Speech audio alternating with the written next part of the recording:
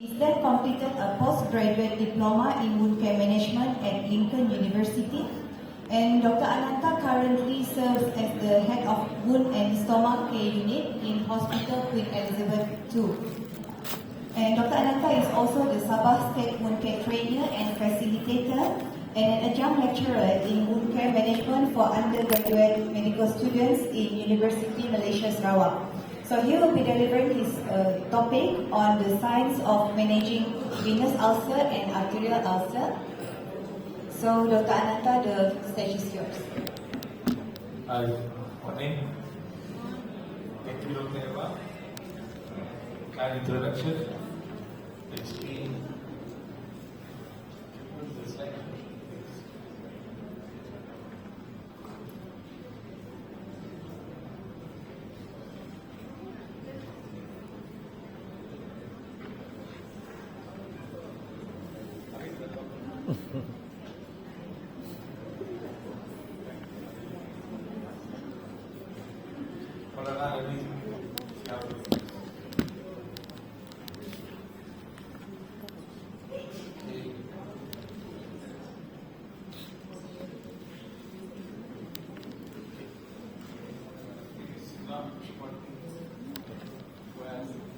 So just go back.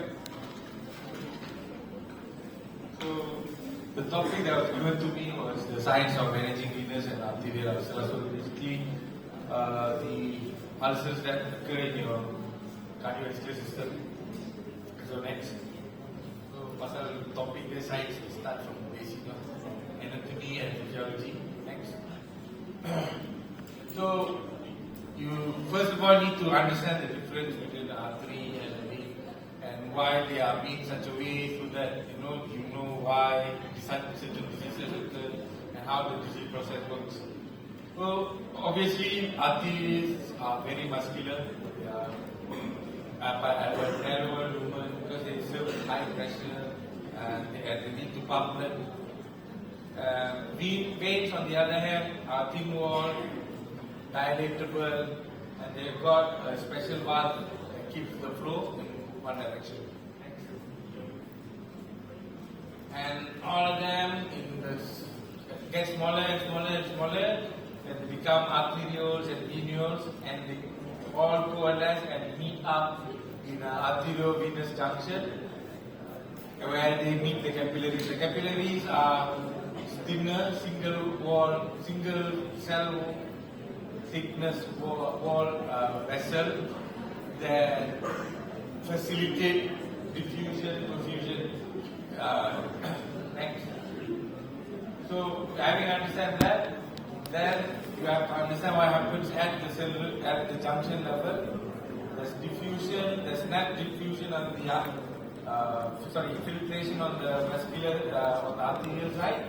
And by the time the blood reaches the venous side, there is net absorption. So basically this process is important. It occurs at every cellular level, every tissue level, so that you get your organs, everything get enough oxygen, electrolytes, amino acids and all that. And all the byproduct of metabolism, carbon dioxide, your toxins all get reabsorbed. A flaw in the system will cause either dyspnea or an edema. So if there's excess fluid, sometimes the third player in the picture, the lymphatic, that will take away the excess. Okay, so this is how the system is kept in balance. Okay, next. So, like I said, the arterial system are high pressure, so they have to deliver. Whereas the venous system are low pressure and they have to find somehow to send the blood back to the heart. So, next. So, how does the vein return? Next. So, there are few pumps. We have the actual valves that keep the blood flowing in one direction. So, basically the blood goes down. Once it hits the venous system, when it goes up, the valve keeps it in each corner, and when you have something called the muscle pump, the muscles pump up, with every muscle it pumps it up, and also in. So the deep vessels also come into play. There are superficial veins and there are deep veins. So most of the work is are done by the deep vein. Okay. So this is what happens now. When the blood is pumped, the blood goes up to one segment and it relaxes, the valve closes and keeps the blood in that column. Next. Also, there's another pump we call the respiratory pump. So when you breathe in, breathe out, you create a negative pressure in your thoracic cavity that helps to pump up, suck up the blood. Okay, literally. So failure in any of these is when you get the disease. And when you get the disease and the skin breaks, that's when you get an ulcer. Next. Next. So when it comes to the vascular system, majority of your cases you're going to see are venous. And also it's going to be a mix. So you can get an arterial venous problem, arterial lymphatic problem, arterial venous lymphatic problem. So that's the others. The others, next. So the others could be something like this. This is a capillary issue, calciplexis. This is myeloma gangrenosus, also a type of vascular. This is lymphatic issues. So let's just concentrate on the arterial and venous ulcer. So somehow you can describe, when you see the ulcer, you can okay, but sometimes it's not so clear. So the arterial ulcers are usually partial or full thickness. Actually both of them can be. So the location is usually on the digits, the end artery, so the digits, toes, over the malleolus, but they are very well circumscribed. But they have what we call like an ischemic pain, necrotic tissue around it, includes pain, and all that. So that's how we contribute towards arterial. On the venous system, ulcers, however, it usually occurs in the greatest area. The greatest area is the area proximal to your ankle. So it is bigger, irregular in shape, it's firm, there's some sort of edema happening, there's hemocycline staining and all that. So hemocycline staining is basically just the blackness, the pigmentation of your leg. Okay? See me, you know. Okay, so knowing that, but if you have an ulcer, then it's compounded by the risk factors. The risk factors, they are two types, they're modifiable, not modifiable. Your sex, your age, your race, all is not modifiable.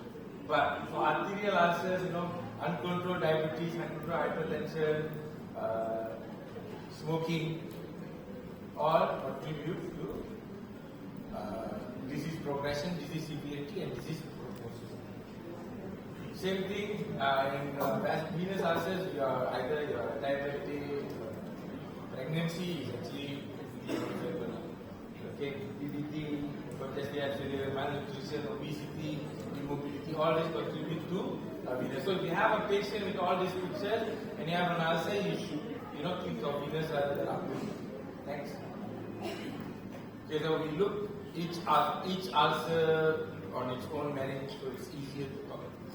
So the principle of treatment is because artery needs to deliver. So if the delivery system is a problem, you have to fix the delivery system. There's no other way around it. So there has to be some amount of revascularization that needs to happen. Then comes wound care.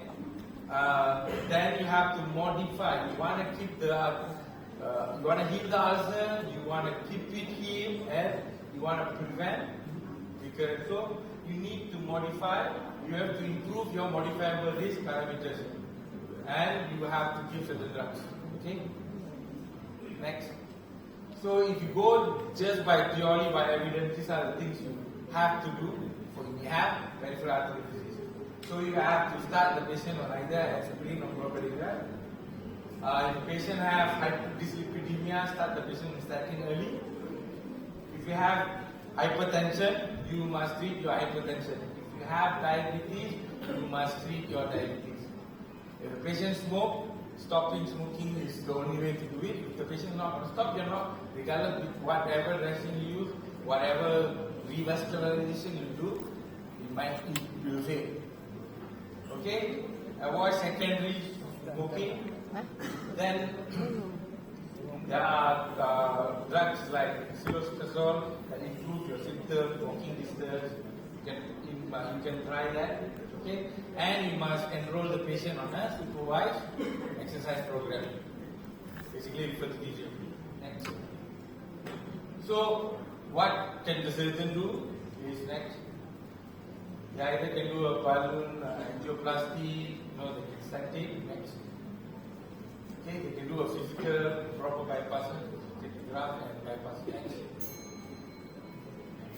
I'll speed up.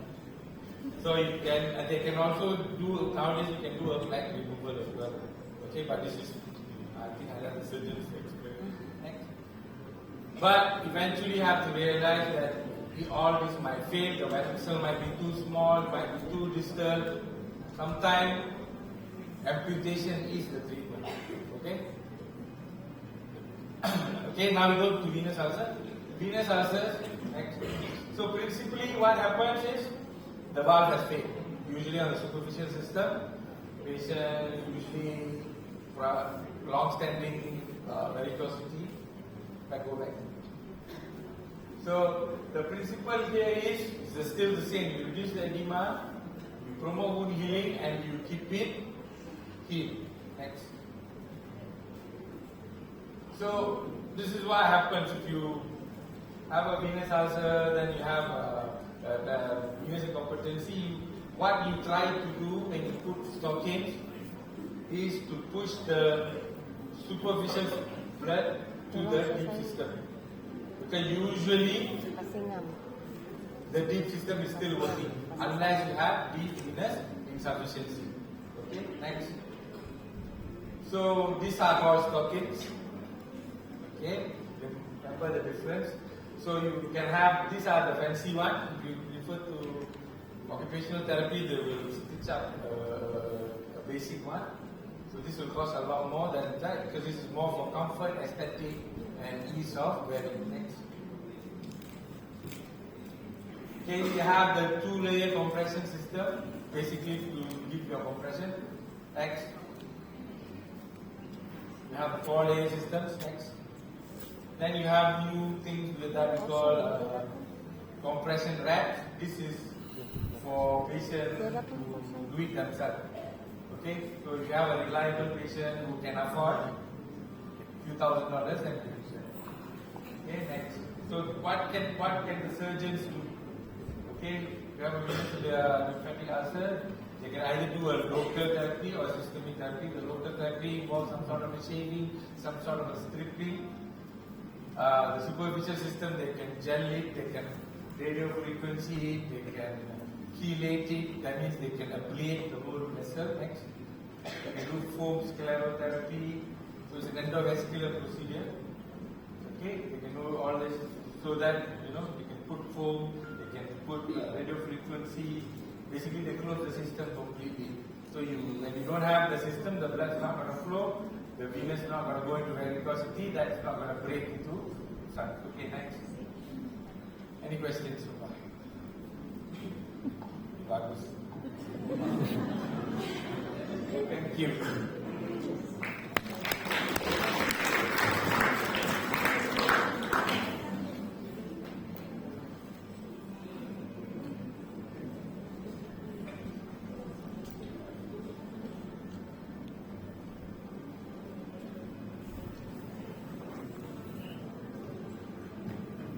Okay, thank you very much, Dr. Anantha, for the very informative session. Without further delay, we are moving to the next speaker. Our next speaker today is Dr. Edward Low Kun Ye. He is the medical officer in the General Surgery Department.